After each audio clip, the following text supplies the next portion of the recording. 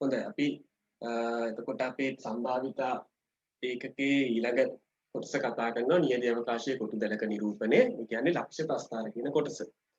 මේ ලක්ෂ්‍ය ප්‍රස්ථාර ගැන කතා කරනකොට මෙතෙන්දී මේ අපි සම්භාවිතාව ගණනය කිරීමටම යොදා ගන්න තවත් ක්‍රමයක්.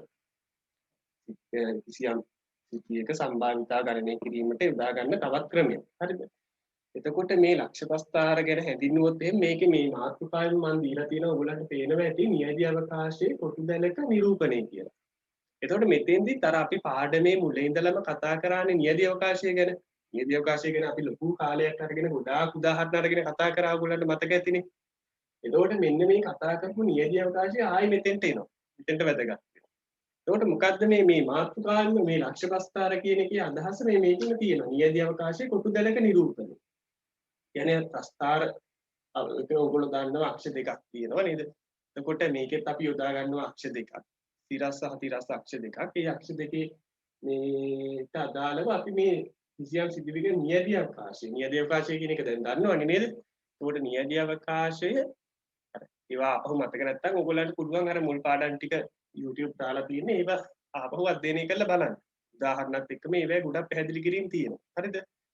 එතකොට මේ නියැලී අවකාශය අපි බලමු කොහොමද මේ ලක්ෂ්‍ය ප්‍රස්ථාරය. ඒකේ ප්‍රස්ථාරයක් විදිහට නිරූපණය කරන්නේ. ඒකට අපි ප්‍රස්ථාරයක් විදිහට භාවිත කරන්නේ කොටු දැලක් කියලා. ඒක අපි උදාහරණයක් අත් සාකච්ඡා කරනකොට ඔයගොල්ලන්ට තේරුම් ගන්න පුළුවන්. හරිද? මේකට අපි මුලින්ම නිදසුනක් ගමු. මේ නිදසුන ලියන්නකො. නිදසුන 1 කියලා ලියන්න. නිදසුන 1. හරිද? මෙහෙම ලියන්න. සමබර කාසියක් දෙවතාවක්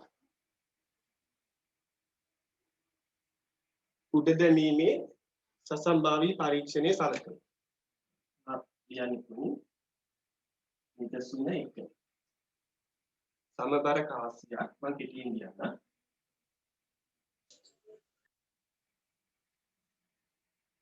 සමබර කාසියක්. දැන් ඔයගොල්ලෝ දන්නවා මේ ඔක්කොම ඇයි සමබර කියලා කියන්නේ නේද? එතකොට සමබර කාසියක් එක්වතාවක් උඩ දැම්මොත් එහෙම නියැලී අවකාශයේ මොකද්ද? ඒවා අපි ගොඩාක් කතා කරා. ඒවා ඔයගොල්ලන්ට දැනුත් බලන්න පුළුවන්. ඕන මේ පාඩම ඉවරලා බලන්න පුළුවන්. අපේ පාඩම් ටික. හරිද? එතකොට මේකේ සමබර කාසියක් උඩ දැමීම කියනකොට ඔයගොල්ලන්ට බග්ගාල මතක් වෙනවා ඇති නියැලී අවකාශය. හැබැයි මේකෙදි මම මේ සසම්භාවී පරීක්ෂණේ අපි කතා කරපු මේ සසම්භාවී පරීක්ෂණ වලට වඩා පොඩි වෙනසක් කරනවා. මේ බලන්න. සමබර කාසිය දෙවතාවක් උඩ දානවා. කලින් කතා කරේ සමබර කාසිය උඩ දානවා කියලා. දානවා. එතකොට නියැලී අවකාශය. සහ ඒකේ අදාළ සම්භාවිතා ගන්න. එහෙනම් දැන් මෙතෙන්දී ඔයගලන්ට පේනවා ඇති මේ නිදසුනේම අපි කලින් කතා කරපු මේ නියැලී අවකාශයට වඩා මෙතන වෙනසක් තේරෙනවා කියන ඔයගලන්ට දැනෙන්නේ. නියැලී අවකාශයේ මේ එකපාරට පැහැදිලි වෙන්නේ නැතුව ඇති හිතා ගන්න බැරිව ඇති. නමුත් අර අපි ගත්ත උදාහරණේ කලින් කතා කරපු මේ වගේම උදාහරණයක් ගත්තා. සම්බර කාසියක් එක්වතාවක් උඩ දැමීම. නැත්නම් ධාතු කැටයක් වරක් උඩ දැමීම. ඒ වගේ. එතකොට මෙතෙන්දි වෙන වෙනස තමයි මෙතන සම්බර කාසිය දෙවතාවක් උඩ දැමීමේ සසම්භාවී පරීක්ෂණයේ සලකමු කියලා ලියන්න තියෙනවා. සම්බර කාසිය දෙවතාවක් උඩ දැමීම කියලා මම හරිද? එතකොට අපි දැන් මේක සංකේත භාවිතා කරමු සිරස ලැබීම h. අගේ ලැබීම t කියලා ඒව දන්නවනේ. සංකේත. දැන් ඕගොල්ලන්ට හිතා ගන්න පුළුවන්ද සමබර කාසියක් අරගෙන දෙවතාවක් උඩ දානවා. එතකොට මේ සසම්භාවී පරීක්ෂණයට අදාළ ප්‍රතිඵල. මේකේ නියැලී අවකාශය කොහොමද ලියවෙන්නේ කියලා ඔයගොල්ලන්ට හිතා ගන්න පුළුවන්. මෙන්න මෙතනින් තමයි අපිට පටන් ගන්න තියෙන මේ කොටු දැන. එහෙම නැත්නම් මේ ලක්ෂ්‍ය ප්‍රස්ථාර කියන එක පටන් ගන්න තියෙන හොඳම ලේසිම උදාහරණය. මතක් කරන්න ආයේ සමබර කාසියක් එක්වතාවක් උඩ දානවා. මොකක්ද නියැලී අවකාශය? එන්න මෙහෙමනේ. සිරස අද ඔන්නෝකනේ සමබර කාසියක් නැත්නම් HP කියලා ගන්න. සමබර කාසියක් එක්වතාවක් උඩ දැමීමට අදාළ නියැලී අවකාශය මේ විදිහට. ඔයගලන්ට මතක ඇති සමබර ධාතු කැටයක් වරක් උඩ දැමීමට අදාළ නියැලී අවකාශය 1 සිට 6 දෙක අතර කියලා අපි කිව්වොත් මෙන්න මේ විදිහට. හරි. දැන් මේ සමබර කාසිය දෙවතාවක් උඩ දැමීම කිව්වොත් මේ නියැලී අවකාශය හරියන්නේ නැහැ. දැන් වෙනස තේරෙනව නේද? මේකට අදාළ නියැදි අවකාශය මම කියලා දෙන්නම්. මේකේ වෙනස තේරුම් ගන්න.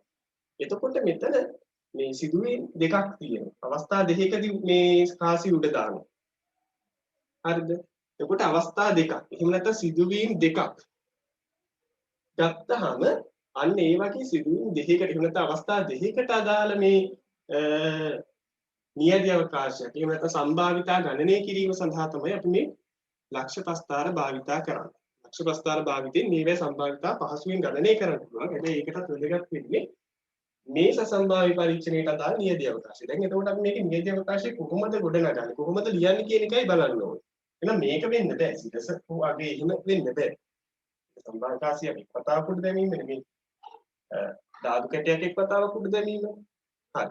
ඔයාලට පුළුවන් නම් කවුරු හරි උත්තර දෙන්න මේකේ නියැදි අවකාශය කොහොමද අපි ලියන්න වෙන්නේ කියලා. ලක්ෂ්‍ය ප්‍රස්ථාර නෙමෙයි.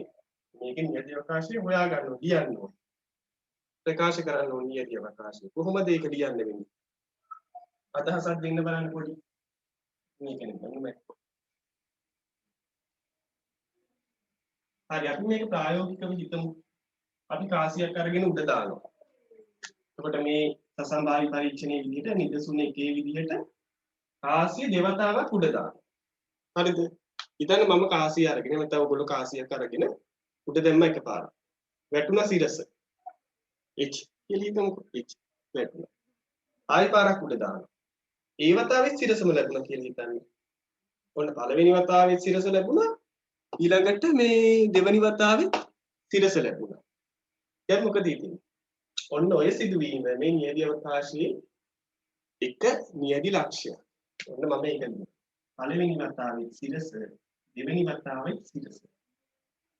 ඔන්න එක නියැදි ලක්ෂ්‍ය. පැහැදිලි නේද? පළවෙනි වතාවෙත් සිරස ලැබුණා, දෙවෙනි වතාවෙත් සිරස ලැබුණා. දැන් නියැදි ලක්ෂ්‍ය එකක් ලිව්වා. ඔයගොල්ලන්ට දැන් අනිත් නියැදි ලක්ෂ්‍ය ගැන පොඩ්ඩක් හිතා ගන්න පුළුවන්. අපි හිතමු ඊට වඩා වෙනස් ප්‍රතිඵලයක්. කාසිය ඔන්න මම උඩ දානවා. පළවෙනි වතාවේ සිරස ලැබෙනවා. දෙවෙනි වතාවට සිරස නැතුව අගේ ලැබෙනවා. එතකොට ඒකේ ඒ නියැදි ලක්ෂ්‍ය කියන්නේ කොහොමද? H E. විභාගයේ ඔයගොල්ලෝ ගොඩාක් අය මේ ප්‍රශ්නෙට උත්තරේ ලිව්වේ නැහැ සාර්ථකව මේ මම පේපර් ටික බැලුවාම දැක්කා. නමුත් මේ අපි තාම සාකච්ඡා කරලා නොතිබුණ නිසා මේ පාඩම සාකච්ඡා කරාට පස්සේ බලන්න මේ කොටස සාකච්ඡා කරාට පස්සේ ආපහු අපේ විභාග ප්‍රශ්නේ අරගෙන බලන්න කොච්චර පහසු වේද කියලා ඒක ප්‍රශ්නේ ලියන්න උත්තරේ. ඔන්නේ H T. දැන් එතකොට මේ නියැදි ලක්ෂණ දෙක ඔයගොල්ලන්ට විස්තර කරගන්න පුළුවන්. පළමුවත් සිරස දෙවෙනුවත් සිරස පළමුව සිරස දෙවෙනුවා කිය. තව ওই වගේ නියැදි ලක්ෂයක් කවුරු හරි කියන්න. මයික් එක ඔන් කරලා කියන්න කොහොමද තමයි. ඔය වගේ එක ලැබෙන්න පුළුවන් ප්‍රතිඵලයක්. ඒකට ඔය දෙවතාවම සලකලා තමයි ප්‍රතිඵලයේ මේ නියැදි ලක්ෂය කියන්නේ. ඔයගොල්ලෝ දන්නවා මේ උත්තර දෙන්න කැමති නෑ. මයික් එක ඔන් කරලා. ඒකයි වෙලා තියෙන්නේ නේ. දැන් හිතා ගන්න පුළුවන් උත්තරේ TT. ඔව් TT කියලා ලැබෙන්න පුළුවන්. එතකොට ඒකේ අදහස මොකද්ද? පළමුවත් ඒකේ විරුද්ධ එක. පළමුවත් අගේ දෙවෙනුවත් අගේ. හරි. ඒකත් හරි. TH අනිත් එක මොකද්ද? එතකොට පළමුව අගේ දෙවෙනුව සිරස. එහෙම ලැබෙන්න පුළුවන්. TH. අනිත් එක දැන් ඔයගොල්ලෝ කිව්වා T. මම මේ පිළිවෙලටම ලියන්න ඕනේ නෑ ඔයගොල්ලෝ දැන්. මේ නියැදි ලක්ෂණ මෙහෙම මාරුණා කියන ප්‍රශ්නයක් නෑ. මම මේ පිළිවෙල ලිව්වේ අර එතකොට අපිට පැටලෙන්නේ වරදින්නේ මග ඇරෙන්නේ නැති වෙන්නේ. H වලින් පටන් ගත්ත H ඊට පස්සේ HT. ඔය පිළිවෙලට ලියන්න ගියාම මග ඇරෙන්නේ නැහැ. ඊට පස්සේ එතකොට මීට වෙනස් ප්‍රතිඵලය. දැන් ඔයගොල්ලෝ මේ ප්‍රතිඵල දෙක සමානද කියලා. වෙනස්. ওই ප්‍රතිඵල දෙක සමාන නැහැ. නේද? ඒ සමාන නැති වෙන්න හේතුව අර කාසිය දෙවතාවක් උඩ දානකොට මේකේ අදහස පළවෙනි වතාවේ සිරස දෙවෙනි වතාවේ අගේ. ඊට වඩා වෙනස් නෙමෙයි. පළවෙනි වතාවේ අගේ දෙවෙනි වතාවේ සිරස වෙනස් බව පේනවා. දැන් මේ දෙක සමාන නෑ. මේ ප්‍රතිඵල දෙක වෙනස්. නියැදි ලක්ෂ්‍ය දෙකක් හැටියට සලකනවා. අවසානිකත් ඕගොල්ලන්ට පැහැදිලි අගයක්ගේ මේක සිරස සිරස. කාසිය දෙවතාවක් උඩ දානකොට ලැබෙන්න පුළුවන් ප්‍රතිඵල ටික තමයි ඔය ටික. ඒ ප්‍රතිඵල ටික ආදාන උගලකේ මේ සසම්භාව්‍ය පරීක්ෂණයට අදාළ නියැදි අවකාශය. එතකොට මෙන්න මේක තමයි අපි ප්‍රස්ථාරයක ලකුණු කරන්න හදන්නේ. හරිද? ඒක කරන්නේ කොහොමද කියලා බලන්න. හරිද? දැන් ඊළඟට ලියන්න මෙම නියැදි අවකාශයේ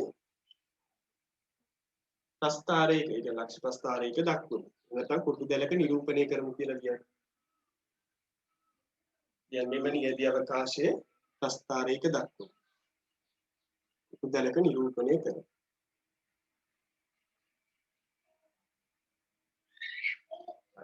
දැන් මේ ප්‍රතිඵල ටික මම පොඩ්ඩක් පොඩියට ලියන්න. ඊට මැදින් හින්දා මෙතනින් ලියන්න.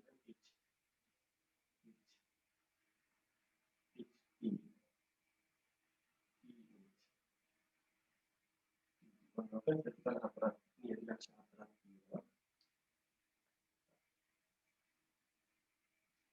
දැන් මම පටන් ගන්නකොටම කිව්ව මතකයි නේද? දැන් ප්‍රස්ථාරයක් අඳින්න ඕනේ අක්ෂ දෙකක් ඕනේ. නේ? සිරස් හා තිරස් අක්ෂ දෙකක් ගන්න.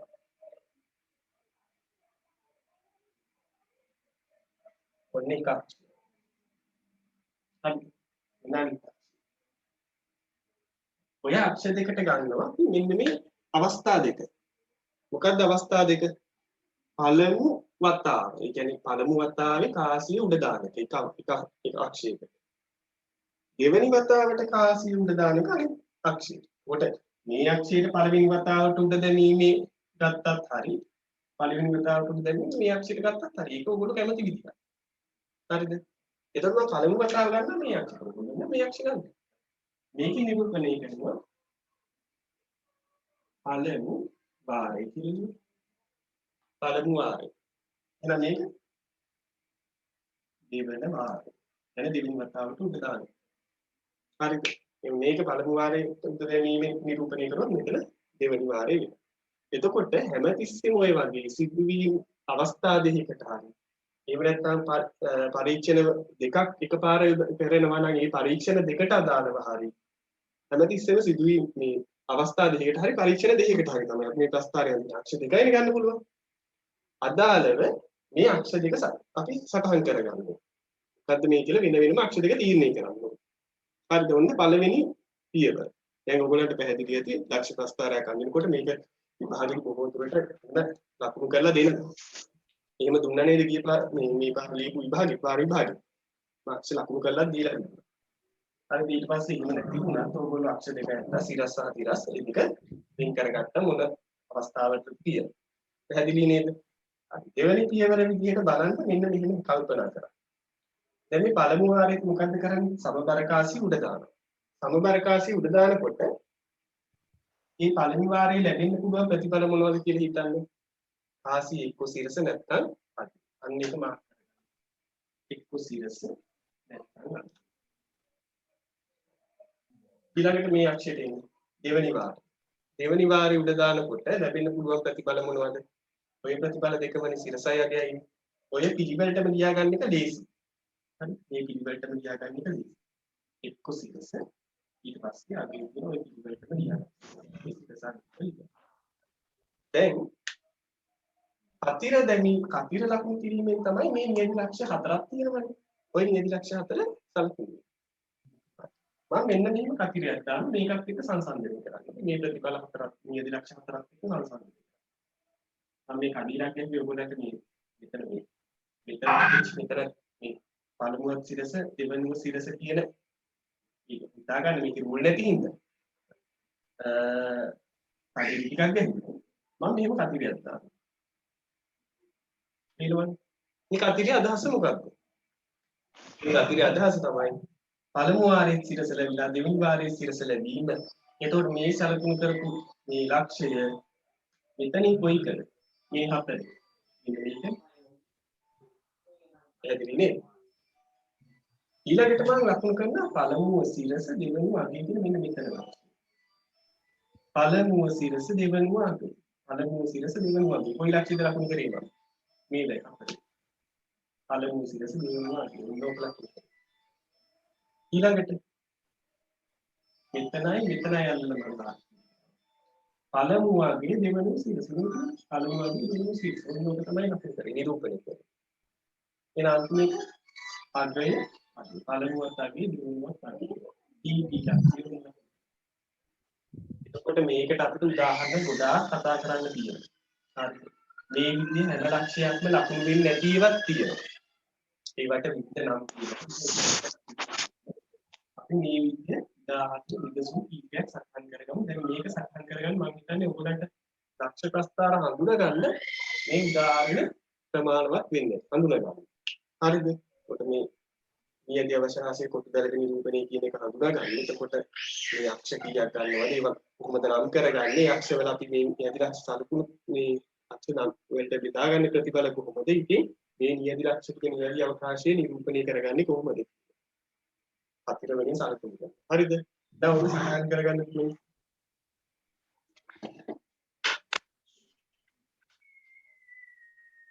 ඔය ටික සටහන් කරගන්න පුළුවන්.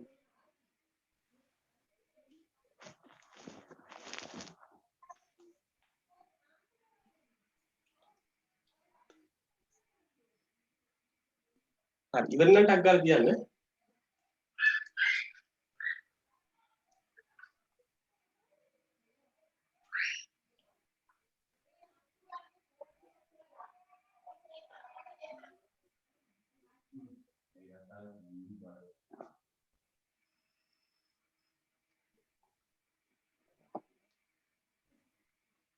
දැන් අපි අර වාර විභාගයේ ඔයගොල්ලන්ට දැන් මතක් වෙනවා ඇති මේ ප්‍රශ්නේදී මේ කතිර ලකුණු කරන්නේවත් කොහොමද කියලා අවබෝධයක් නැති දරුවෝ හිටියා. මතකයි නේද? ඔයගොල්ලන්ට දැන් මතක් වෙනවා ඇති ඒකට කිසි ගැටලුවක් නැහැ. මම මේ ප්‍රශ්නේ බලනකොටත් මම මේක හිතුවා මේක මේ ඒකට දැන් ඔයගොල්ලෝ දන්නවනේ මේ ඉස්කෝලේ පවත්වපු කාලේ අපිට ඔන්ලයින් කරපු කාලේ පැවැත්වුවත් අපිට මේ පාඩම් වැඩ ටික කරන්න ඉස්කෝලේ ලැබුණ කාලේ ප්‍රමාණවත් වුණේ නැහැ නේ ඔය ටික ඉවර කරගන්න නේද? ඒකින්ද කොහොම හරි ඔයගොල්ලන්ට මම දැන් අපිට දැන් හොඳ වෙලාවට දවස් දෙකක් දාලා තියෙනවා දැන් සතියකට ඔන්ලයින්. හරිද? මේ දවස් දෙකට අමතරව මම ඔයගොල්ලන්ට මේ පාඩම් මේ විදිහට වීඩියෝ හදලා ඔයගොල්ලන්ට දෙන්නම් අපිට එතකොට විෂය නිර්දේශය ඉක්මනින් ඉවර කරගන්න. හරිද? මම හිතන්නේ මෙහෙම ඔන්ලයින් උගන්වන එකට වඩා සාර්ථකයි මේ කොටසට අදාළ වීඩියෝ එක මම මේ විදිහටම හදලා ඔයගොල්ලන්ට බලන්න දෙන එක දැන් කලින් ටිකක් වීඩියෝ ටික රෙකෝඩ් කරලා ඔයගොල්ලන්ට දාලා තියෙනවා. ඒවට සම්බන්ධුනේ නැති ළමයි මුලින් ඉඳලා බලන්න. මේ පාඩම් කරනවට වඩා කැමතිනේ YouTube අර free package එකක් දාගන්න. කියලා 200 ගන්න වෙන්නේ. ඊපස්සේ ඒක බැලුවාම අර පොත් පාඩම් කරනවට වඩා ළමයිට කැමති ඇතිනේ. මම හිතන විදිහට ඔයගොල්ලෝ මේ බෝඩ් එක පැහැදිලි නෑ. මැසේජ් එකක් දාලා තියෙනවා. ඒ පොඩ්ඩක් මම ලයිට් එක ඔෆ් කරන්න එතකොට බලමු පොඩ්ඩක්. දැන් පැහැදිලිද කලින්ට වඩා අප්සෙට්ද? ටක්කන මට කියන්න පුතේ මැසේජ් එකක් හරි දාන්න. කලින් විදිය හොඳයි සර්. කලින්ට වඩා හොඳයිද?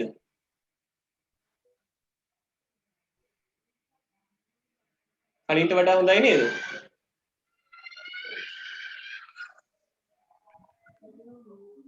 කලින් තිබුණ විදිහට හොඳයි සර්. කලින් තිබුණ විදිය හොඳයි. මොකද කරන්නේ දැන් මම මේ බෝඩ් එක මීට වඩා ක්ලියර් කරගන්න පුළුවන් නැත්නම් මේ අද දැන් කාලෙකින් පටන් ගත්ත හින්දා මම මේ මේස ටික එහෙම පැත්තකට දාලා තිබුණේ දැන් කලබලයට හදාගත්තා. ඒකයි හරියටම මේ කැමරා ටික ඒ ටික zoom කරලා එහෙම හදාගන්න පුළුවන් මේ පොඩ්ඩක් ඉන්නේ ඊළඟ වීඩියෝ එකේ ඊළඟ පාඩමේ ඉඳලා හොඳේ. දැන් මේ හදිසියට පටන් ගත්ත හින්දා ලයිට් එක දාන්න.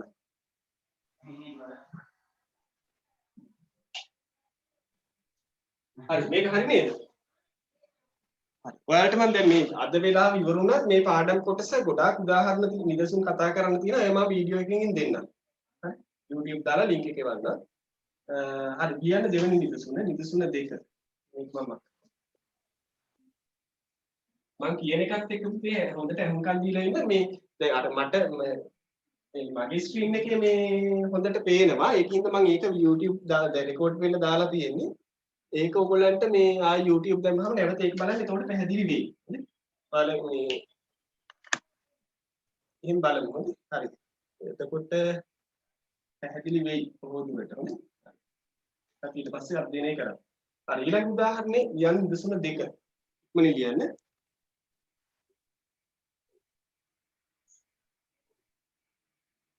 සමබර ධාතු කැටයක් හා සමබර කාසිය. සමබර ධාතු කැටයක් හා සමබර කාසිය එකවර ඉද ගමනු ලැබේ. දැන් කියනවා කියන්නේ ඔයගොල්ලෝ පැහැදිලිව ලියන්නේ. සමබර ධාතු කැටයක් හා සමබර කාසියක් එකවර උඩ දැමීම. හරි. සමබර ධාතු කැටයක් හා සමබර කාසියක් එකවර උඩ දැමීම. දැන් ඕගොල්ලන්ට මේකෙදි පැහැදිලි නේද? මෙතන මේ සිදුවි මේ පරීක්ෂණ දෙකක් එකවර කරනවා.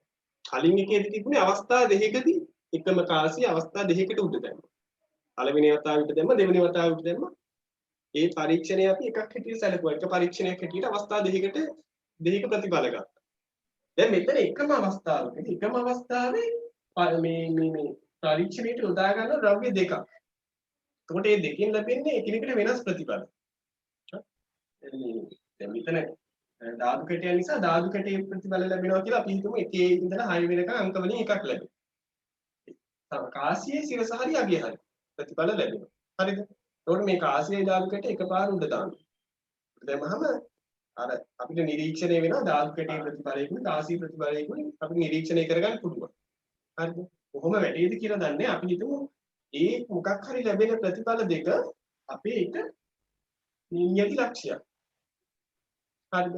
කියන්නේ මේ පරීක්ෂණයට අදාළ නියති අවකාශයේදී වුණොත්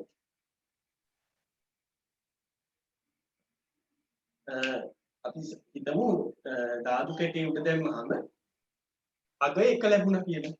ධාතු කැටයේ උඩ දැම්මහම අග එක ලැබුණා. හරිද? ධාතු කැටයෙන් අග එක සටහන් කරපු පැත්ත ලැබිලා කාසියෙන් සිරස ලැබුණා.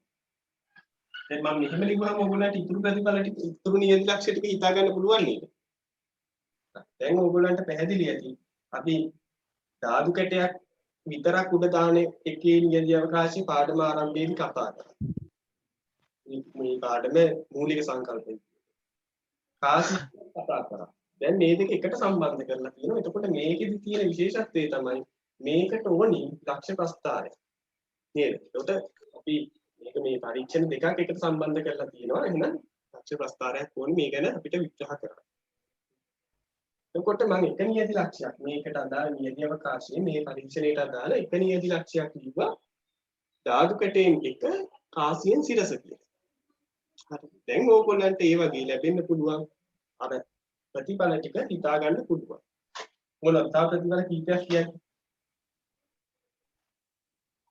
සිරස කියන එක වෙනස් නොකර. සිරසත් එක්ක තව ප්‍රතිඵලයක් කියන්න. අගය එක නැති. අගය දෙක එක සිරස. කොහොම ලැබෙන්න පුළුවන් නේද? තව ඒ වගේ ප්‍රතිඵලයක් කියන්න. ධාතු කැටයෙන් තුන ලැබෙන කාසී සිරස. මම මේ සිරස කියලා ගත්තේ අපිට පැතිලෙන්නේ නැති වෙන. කියන්න පහසුයි. ඔය විදිහටම ලියාගෙන යත් හැකි නේද මේ සිරසත් එක්ක ප්‍රතිඵල 6ක්. 3 4ත් එක්ක සිරස. 5ත් එක්ක සිරස. ඊට පස්සේ 6ත් එක්ක සිරස. ඔබ ලියාගෙන යත් හැකි නේද? තව තියෙනවද ප්‍රතිඵල නේ? කොට ධාතු කැටෙන් 1 2 3 4 5 6 කියන ඒවාත් එක්ක සිරස ලැබෙනවා. එතකොට අනිත් ප්‍රතිඵල ටික කියන්නේ ධාතු කැටෙන් එකත් එක්ක අගය ලැබෙන්න පුළුවන් කාසියනේ. දැන් හිතා ගන්න පුළුවන් ධාතු කැටෙන් එකත් එක්ක අගය. තුනත් එක්ක අගය. හතරත් එක්ක අගය. පහත් එක්ක අගය. හයත් එක්ක අගය. ඔච්චරයි. ඔයිට වඩා වෙනස් ප්‍රතිඵල තියෙනවද කියන්නේ? ඔයිට වඩා තව ලැබෙන්න පුළුවන් ප්‍රතිඵල තියෙනවද කියන්නේ? එතන පේන්නේ මම මේ අර සංග්‍රහ වහන වැටුනේ. අහනවා නිකන්. තියෙනවද? කොච්චරද? තව තියෙනවද ඔච්චරද? ඔච්චරයි නේ. තව තියෙනවා නම් කියන්න. තා මෙන්න මෙහෙම එකක් ලැබෙන්න පුළුවන් කියලා. නේද? වෙන නැහැ. එහෙනම් ඕකේ මේ නිදි ලක්ෂ කීයක් ලැබෙනවද? නියති ලක්ෂ තියෙන ඔක්කොම 6යි 6යි 12. එතකොට අපි දැන් R කොටු දෙලක් එහෙම නැත්නම් ලක්ෂ ප්‍රස්ථාරයක් අඳිනකොට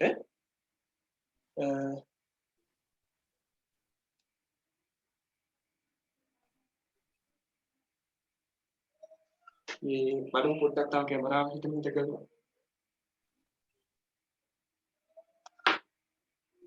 බෝඩ් එක පේන්නේ නැහැ කියන නිසා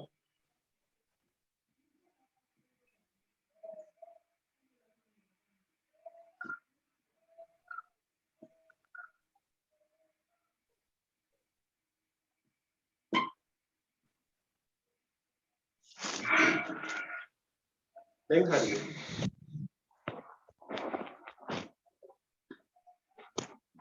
එහෙමද?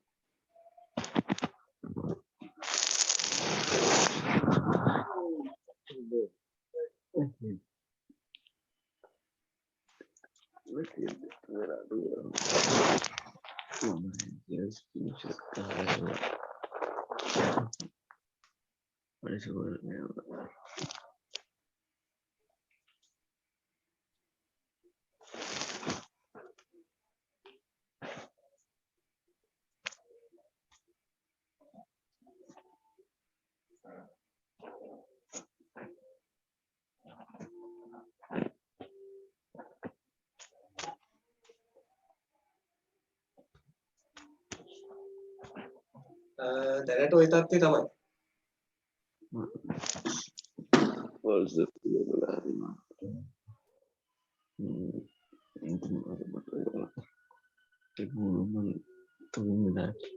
හරි නේද? පැහැදිලිද? හරි දැනට අපි ඔහොම පාඩම කරමු. මේ හරි පුතේ මේ බලන්න එතකොට ඔය නියති ලක්ෂ ටිකට අමතරව තව එනවද? නෑනේ. නියති ලක්ෂ 12ක් එනවා. ඔය ටික කොහොමද මේ කොටු දැලක ප්‍රස්ථාරයක නිරූපණය කරන්න කියලා කල්පනා කරන්න. ප්‍රස්ථාරයේ අක්ෂ දෙකක් වෙනවා. අක්ෂ දෙකට මොකක්ද දෙන්නේ? අපිට එක අක්ෂයකට ගන්න වෙනවා ධාතු කැටේ ප්‍රතිඵල ටික. අනිත් අක්ෂයට ගන්න වෙනවා මොකද්ද? රාශියේ කියන්නේ. රාශියේ ප්‍රතිඵල පැහැදිලිද? හරියන අඳින්න ලියන්න මෙව නියදී අවකාශයේ කොටු දැලක නිරූපණය කරමු කියලා. නැත්නම් ලක්ෂ ප්‍රස්ථාරයක නිරූපණය කරමු කියලා ලියන්න.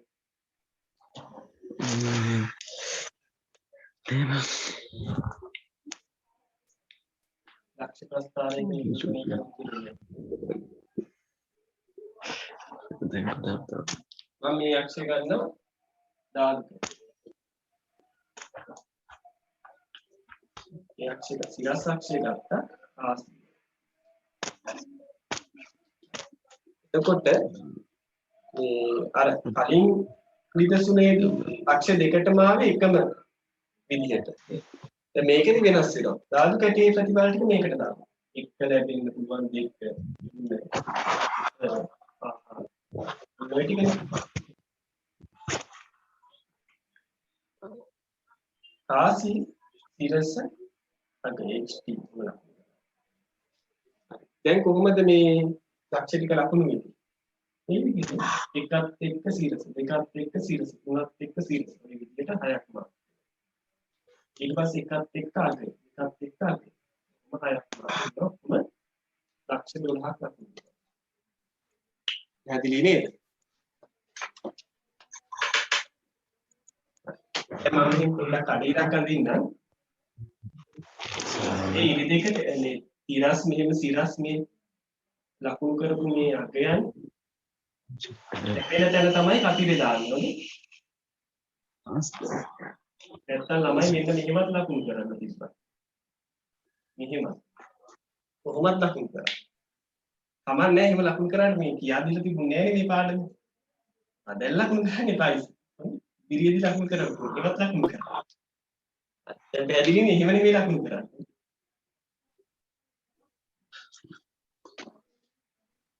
ඔය විදියට.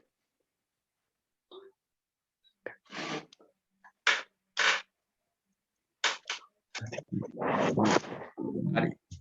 දැන් ඔක හරි නේද? කියන්නේ තුන්වෙනි නිදසුන.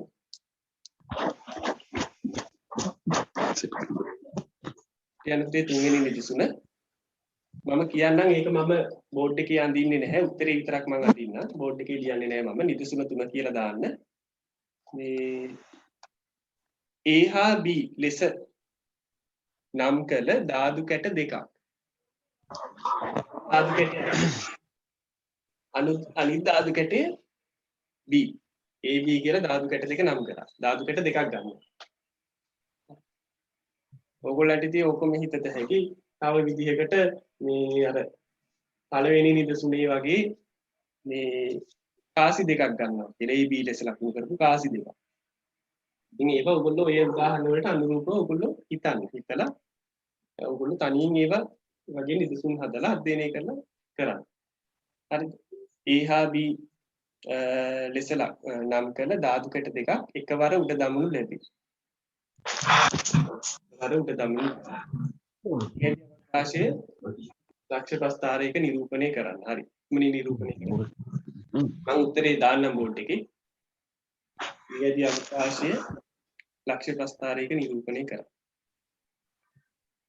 Excuse me, sir. ඔව් කියන්න. ඒක ආයිති වෙනවද කොට? මොකද්ද? ඒ ගාන ආයිති වෙනවද? A හා B ලෙස නම් කළ ධාතු කැට දෙකක්. ධාතු කැට දෙකක් ගන්නවා. එක ධාතු කැටයක් A කියලා නම් කරනවා. අනිත් ධාතු කැටේ B කියලා හිතනවා. හරිද? එකවර උඩ දානවා. එකවර උඩ දානවා. එතකොට A කියලා නම් කරපු ධාතු කැටෙන් ලැබෙන්න පුළුවන් ප්‍රතිඵල මොනවද? B කියලා නම් කරපු අපි හිතුව ධාතු කැටෙන් ලැබෙන්න පුළුවන් ප්‍රතිඵල මොනවද? මේ දෙකෙන් වෙන වෙනම මොකක් හරි අගයන් දෙකක් ලැබෙනවා. ඒ ලැබෙන්න පුළුවන් ප්‍රතිඵලය තමයි ලක්ෂ්‍ය ප්‍රස්ථාරයේ ලකුණු. හරිද? එකවර උඩ දමනු ලැබී ලක්ෂ්‍ය ප්‍රස්ථාරයක නිරූපණය කරන්න. ඕකේ ප්‍රතිඵල ටිකම තමයි එන්නේ. අපි හිතමු එක ධාතු කැටයක් අරගෙන දේවතාවක් උඩ දැම්මා. ওই විදිහට තමයි. එතකොට අර අක්ෂ නම් කරන එක වෙනස් වෙනවා. එතකොට පළමු වතාව දෙවෙනි වතාව කියලා නම් කරන්නේ යක්ෂ දෙක. දැන් මේක ධාතු කැට දෙකක් අරගෙන එකපාර උඩ දාන හින්දා අක්ෂ දෙක නම් කරන්න වෙයි. ධාතු කැට දෙක අර අපි හඳින්වන්නේ AB කියලා. A ධාතු කැටේ B ධාතු කැටේ කියලා.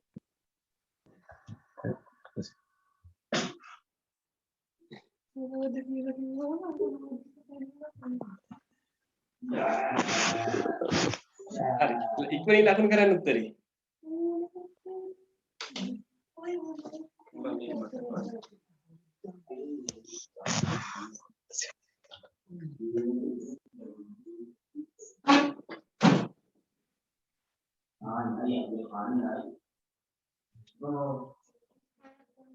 ධාතු කැට දෙකක් ගන්නවා. අපි හිතනවා එකක් A එකක් B කියලා. ධාතු කැට දෙකම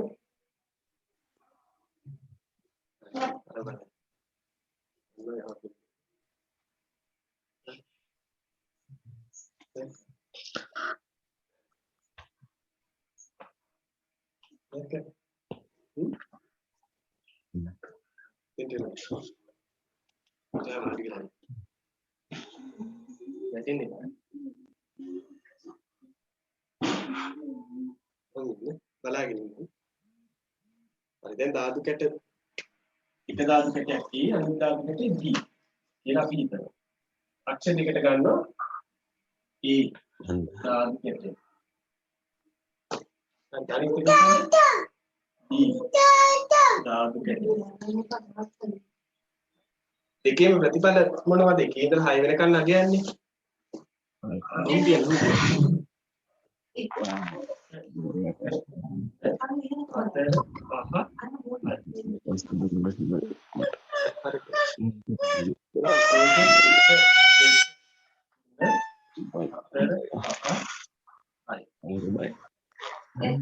දැන් ඔයගොල්ලෝ අර නියැදී අවකාශය ලියන්න යන්න එපා. එතකොට නියැදී අවකාශයේ ලක්ෂ 36ක් ලියන්න වෙනවා. ලියන්න පුළුවන් ඉතින් ඒක අවශ්‍ය නැහැ. ලක්ෂ ප්‍රස්ථාරයෙන් තමයි. දැන් මොකද කරන්න ඕනේ මේ ටයිම් වලට මෙහෙම